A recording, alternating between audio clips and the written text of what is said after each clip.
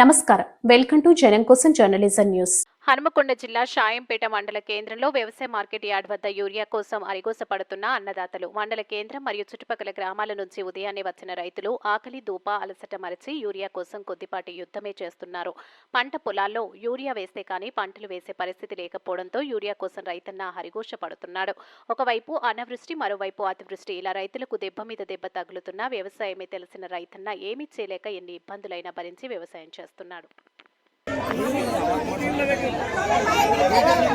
రాజకీయ